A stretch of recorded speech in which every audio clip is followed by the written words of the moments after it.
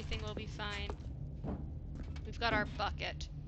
Bucket better become sentient at this point. Stanley and the bucket walked straight ahead through the large door that read, Mind Control Facility.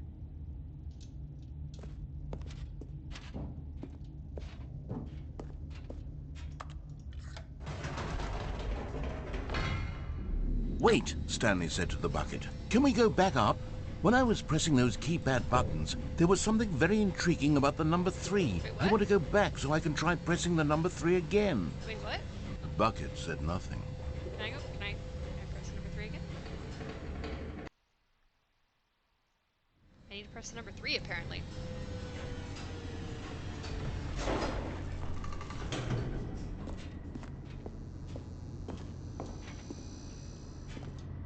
Here we are, said Stanley. Now I'm going to try out that number 3 button.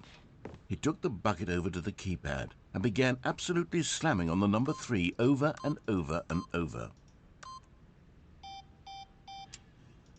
Wow, he said. The number 3 is such a special button. I'm having the time of my life. Stanley looked expectantly at the bucket, but the bucket remained silent. This was a shock to Stanley, who had always felt such a connection with the bucket. How was this not as exciting to the bucket as it was to him? Once Stanley had had enough of the number 3, he got back in the elevator.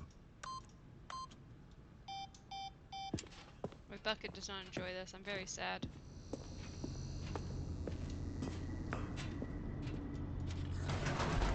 Perhaps the bucket had missed something.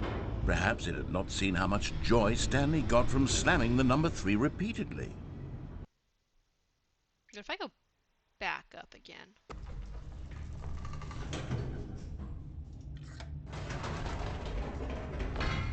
No, no, no, no, no, said Stanley to the bucket. You can't go on yet. Not till you understand how much the number 3 means to me. You and I have been through so much together, and I just want you to see what I see. Feel the happiness I feel. Yes. He smiled at the bucket, and the bucket said nothing. Come on, bucket. We got this. Come on, bucket. You gotta understand. Here we go, said Stanley. This time I'll really show you. He ran to the number 3 and began to wail on it like a musician on a beloved instrument, weaving a concerto of truth and passion. He wielded the number 3 like a fine artist would wield a paintbrush. He told stories through the number 3, stories of his dreams and hopes and fears. And the whole time, he looked to his bucket for a reaction of some kind. Anything to let him know that the bucket appreciated what he was doing. Does my bucket appreciate me? The bucket conveyed absolutely nothing at all. Only silence. Crushed by a wave of dejection, Stanley returned to the elevator.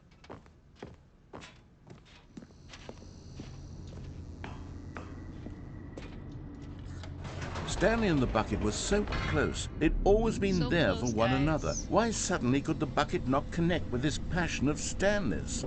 The question caused Stanley to ruminate the whole way down the elevator. He knew that there must be a way to get through to the bucket, to communicate fully with his dear friend. Surely there was a solution, mustn't there be? Must be a solution, right, guys?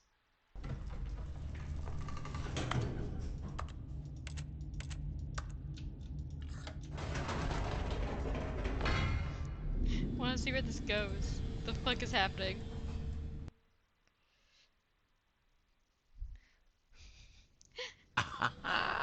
Said Stanley. I know what to do. I know how to fully express this feeling in my heart. He decided right then and there that he would hold a press conference where he would speak to the public on all matters relating to pressing the number 3 over and over.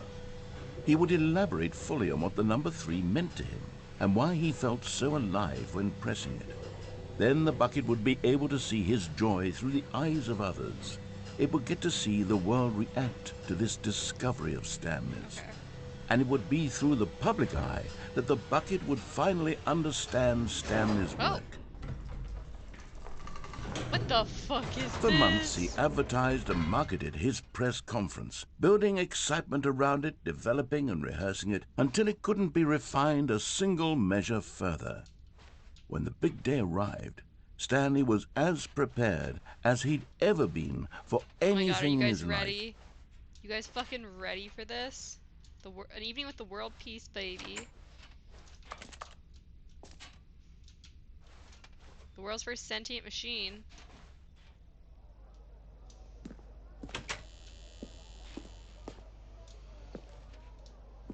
This was it.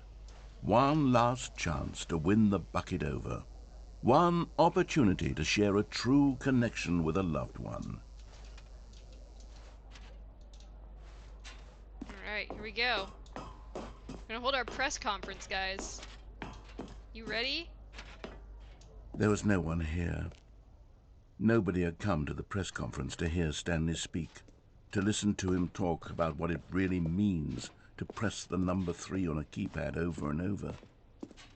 He was unloved, uninteresting, he was a failure, and in that moment Stanley knew that the bucket would never again take him seriously. No.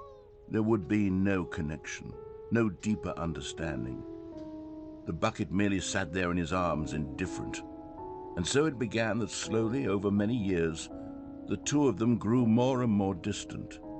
They spoke less and less, neither wishing to state the obvious, that any sense of real respect between them had eroded since that day at the press conference. There would be no more games, no more long conversations about passion and pursuit, only a silence that consumed the space between friends. And Stanley, having for once in his life discovered the warmth and comfort of true companionship, was cast back into the unremarkable normalcy of loneliness.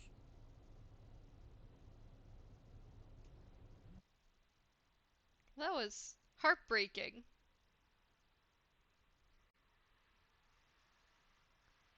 Why has my bucket betrayed me like this?